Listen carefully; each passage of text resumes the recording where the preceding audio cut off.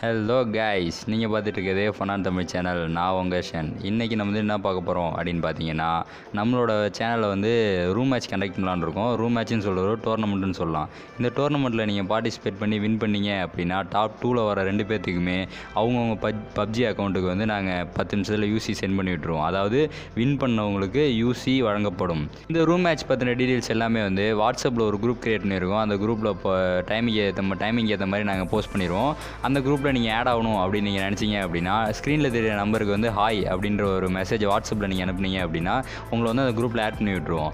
Room match conduct ஆகிறதுக்கு கரெக்டாக ஒரு 10 மினிட்ஸ்க்கு முன்னாடி வந்து நாங்கள் அந்த டீட்டெயில்ஸ் வந்து போட்டுருவோம். அதுக்கேற்ற மாதிரி நீங்கள் ரூமில் ஜாயின் ஆகி நீங்கள் ப்ளே பண்ணலாம். ப்ளே பண்ணுற இந்த வீடியோ எதுவும் ஃபேக்கான வீடியோலாம் கிடையாது.